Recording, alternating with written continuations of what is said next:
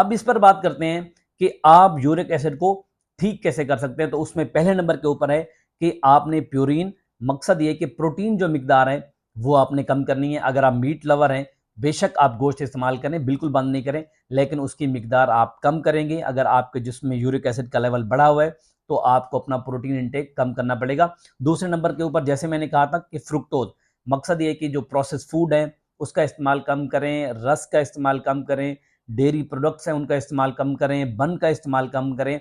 ऐसी चीज़ें जो बहुत ज़्यादा मीठी हैं, अगर आप उनका इस्तेमाल कम करेंगे तो आपका यूरिक एसिड का जो लेवल है वो आहिस्ता आहिस्ता नीचे आना शुरू हो जाएगा। और यहाँ पर यह बात समझने की ज़रूरत है, अगर आपके जिस्म में यूरिक एसिड का लेवल बढ़ा रहेगा तो ये आपको किडनी स्टोन भी करवा सकता है। आपने सुना होगा कि यूरिक एसिड स्टोन भी पाए जाते हैं। और इसी तरीके से जब आपका यूरिक एसिड का लेवल बढ़ता है तो ये इंसुलिन रेजिस्टेंस भी बढ़ा देता है। तो मकसद ये कि आपको डायबिटीज़ या शुगर होने का खतरा भी बढ़ सकता है। और जैसे ही यूरिक एसिड बढ़ता है तो आपके जिस्म के अंदर नाइट्रिक ऑक्साइड का लेवल कम हो जाता है, जो आपकी ब्लड ट्यूब्स को फूलने में मदद करता है और ये आपको इसलिए ब्लड प्रेशर का मरीज भी बना सकता है। और तीसरे नंबर के ऊपर है पानी का बहुत ज़्यादा इस्तेमाल करें। अगर आप पानी इस्तेमाल करेंगे तो आपके गुर्दे बहुत ज़्यादा खुश रहेंगे और इसी तरीके से वो यूरिक एसिड को जिस्म से बाहर निकालते रहेंगे। खाली पानी नहीं, कोशिश करें कि लेमन पानी का इस्तेमाल करें।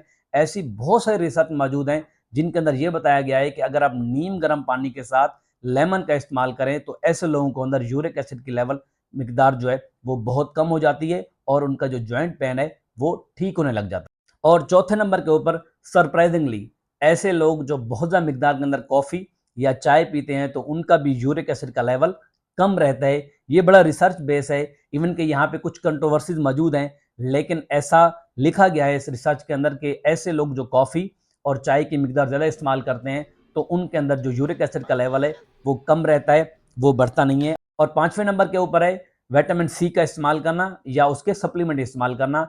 ऐसे लोग जो सिट्रस फ्रूट ज़्यादा इस्तेमाल करते हैं, जिस तरह माल्टा है, लेमन है, तो उनके अंदर भी यूरिक एसिड का लेवल जो है वो अमूमन कम रहता है। और छठे नंबर के ऊपर है अगर आप अपने वजन को कंट्रोल रखते हैं और आपको ओबेसिटी नहीं है तो भी आपका यूरिक एसिड का जो लेवल है वो बेहतर रहेगा। ऐसे लोग जो ओबेस होते हैं तो उनके जिस्म के अंदर जेंथेज ऑक्सीडेज एक इंजाइम होता है, उसकी एक्टिविटी बहुत ज़्यादा बढ़ जाती है।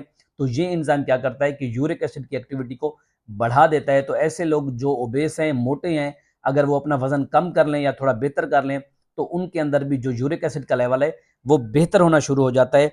और सातवें नंबर के ऊपर आता है ऐसे लोग जो फाइबर वाली डाइट इस्तेमाल करते हैं, जिनके अंदर मोस्टली फल हो गए, फ्रूट हो गए, सब्जियां हो गई, तो उन लोगों का जो यूरिक एसिड का लेवल है वो उनका बेहतर रहता है और कंट्रोल में रहता है। और आठवें नंबर के ऊपर होता है ऐसे लोग जो अल्कोहल या शराब का इस्तेमाल बिल्कुल नहीं करते।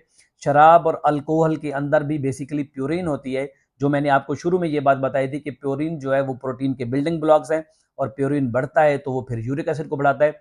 तो शराब के अंदर भी वही चीज़ें हैं, अगर आप शराब का इस्तेमाल नहीं करेंगे तो प्यूरिन आपके जिस्म में नहीं जाएगा और वो यूरिक एसिड के लेवल को कंट्रोल करेगा और आपका यूरिक एसिड का लेवल बेहतर रहेगा। ऐसा देखा गया है, रिसर्च बेस है कि वो लोग जो शराब का इस्तेमाल करते हैं तो उनको जॉइंट पेन, हड्डियों का जो दर्द है वो अमूमन ज़्यादा रहता है।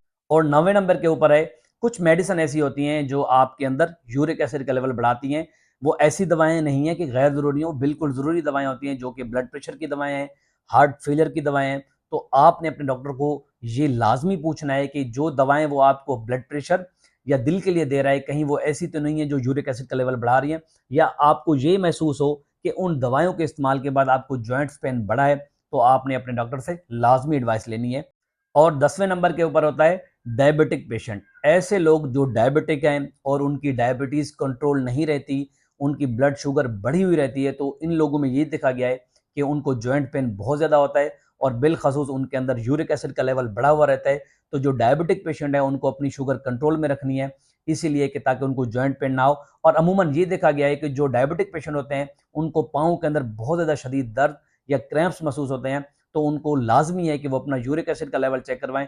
हो सकता हो डायबिटीज़ की वजह से उनका यूरिक एसिड का लेवल बढ़ चुका हो। और 11वें नंबर के ऊपर होता है कुछ मेडिसिन आपको दी जाती हैं जो आप इस्तेमाल करते हैं, जिसमें गो यूरिक के नाम से आती है, एलोप्यूरिनल के नाम से आती हैं। ये मेडिसिन ऐसी हैं जो आपका डॉक्टर आपको प्रिस्क्राइब करेगा, आप ऐसे नहीं ले सकते।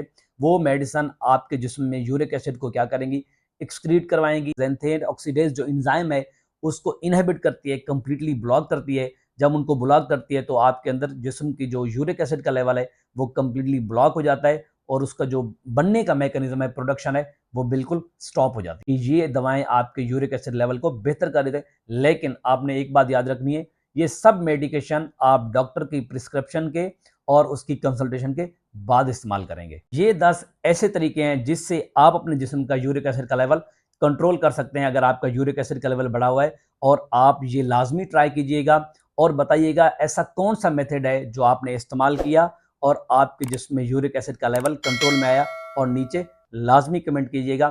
चैनल पे आने का शुक्रिया। मिलते हैं अगली वीडियो में एक नए टॉपिक के साथ। मुझे इजाजत दें। अल्लाह हाफिज।